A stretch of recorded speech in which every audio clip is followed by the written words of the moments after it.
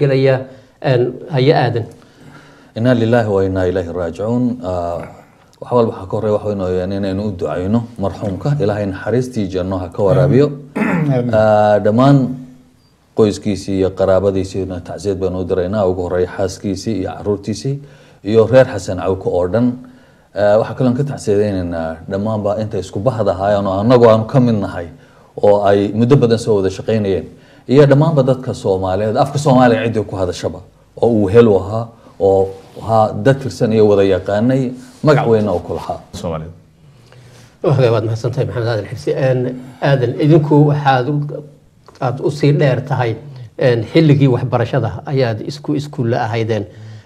ardaduna waxaa lagu yaqaan marka iskuulada la dhiganayo siiba iskuulada boardinada ahaa kale dhibaydada iyo meelaha lagu dooday ardadu ay isugu timaado in ardadu ay ka heesto qaar ka heesto qaar ka gabyaan qaar ka sheekeeyaan maxaad ka sheegi kartaa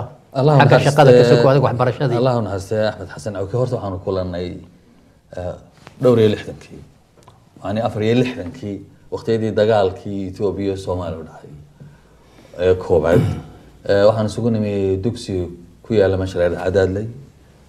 markaan ahaa 4 isna 5 buu ahaa waxa uu ahaa waqtiyada sidaas sheegtay dugsiyada boarding oo kale waxaan dhul lagu tababaranayo oo mujtamac fara badan isugu imanayaan oo aad kula kulmayso dad meelo fara badan ka kala yimi waxa shakhsi ka muuqda ayuha ama xaq ciyaaraha marka la joogo ama meesha inaantay debate ka haato ama wada socodka iyo bulshanimada aad uga muuqday markii dambana waxaan isugu nimay hadana Xamuud oo isagana ku wada jiray akhritaanki waxaan isugu nimay aniga isaga iyo tarayo idaacadana loo qaatay waxaan filayaa 80 baynu hayn baan walaay markaa 70 iyo dhowr qof 80 toban baa markaa idaacada loo qaatay markaas waxa uu ahaa sidii ay sheegaan Axmed iyo Maxamed ba ruuxiba u leh wax sheegista dabeecadiisuna aad u wanaagsan tahay waxa uu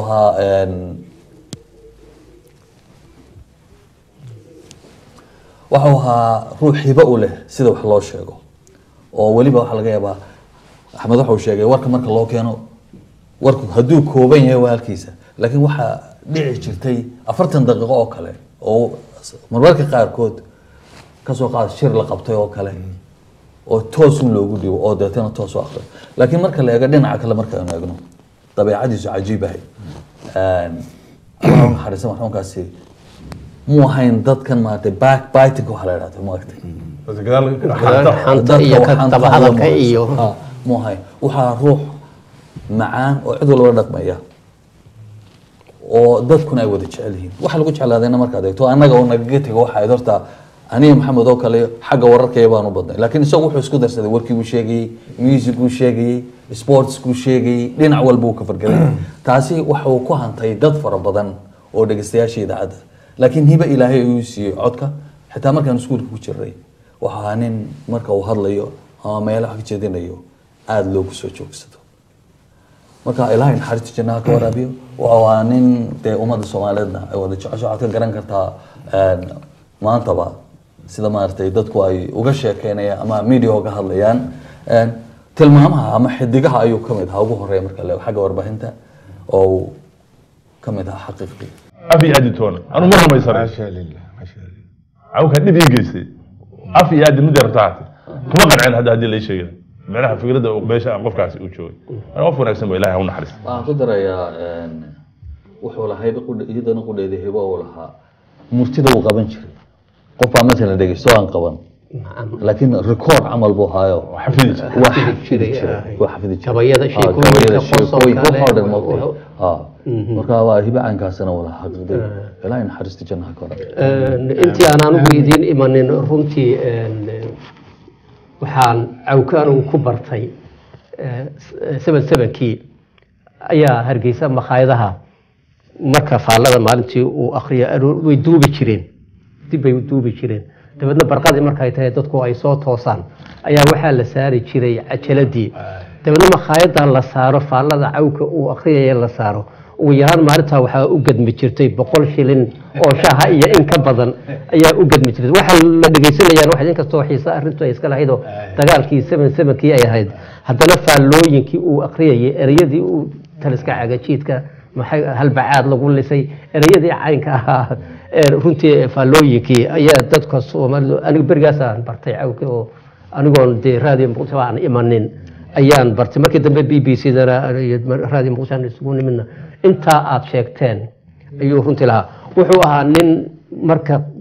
dadku ay isugu yimaadaan meesha afkiisa la dhowro oo isagu sheekeeya waxa uu ka sheekeynayaana ay ahayd wax uu lagu qoslo oo kaftan ah oo runtii aad iyo aad dadku ay u jeclaystaan maxaa kale oo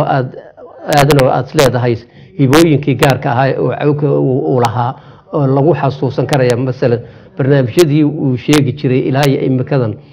dadku weli waa ay qaarkood way sii hadlayaan marka cawka la soo qaado ay xasuustaan ama lagu xasuusan karayo aqdii xagga barnaamijyada marka aad eegto dee barnaamijku ku jira wuu bilay oo codkiisa soo qora ayaa bilay waxaan arkaa maalan barnaamijyadii kuwii ugu dambeysay horta anagu wada qabanay oo uu aad uga muuqday oo ka mid ah barnaamij taariikhda oo kale ah oo ka sheekeynaya ilaa taariikh dheer marka hibada ilaahay uu siiyey sida uu sheegayo ayaa ahayd mid xaqiiqdii uu dadka aad uga duwan yahay marka aad eegto waana qof aad u wanaagsan oo haysta in horeba u sheegnay nin calo wanaagsan oo da'walba la saaxiiba da'walba la faaco la saaxiiba ayuha in hadduu waqti ku soo baxo مثلا ما wax qoran sidoo buuxiyo oo macna sameynayso Soomaaliya ala qof inuu khalkhalo hadii la yiraahdo مثلا kaaba go'oyan barnaamijkii aad sugaysi ee aad saar lahayd waa inuu kartuu leeyahay inuu buuxiyo wax dadku ay dhageysan karaan oo macna weyn sameyn karaan aad buu wanaagsan oo dareemin inuu gaaro waqtigaas horta ee mujtamaca ka gedisnaa oo مثلا dadkii ka wada shaqeynaya warfaafintu dad walaalaabay aad isugu dhawahay xirfadda ayaa kulminaysay oo qoys bay ahayd absolutely وهجاك gabagabadii barnaamijkeena kulay marina soo gabagabaynayaan waxaan leenahay ilaahay naxariista jannaha ka waraabiyo dhamaanteen basamariyay man qoyskii iyo qaraabadiisii iyo dadkii Soomaaliyeed ee dhageysan jiray xidiga oo ahaa samariyana ka siiyo وين ودعينا نادي هي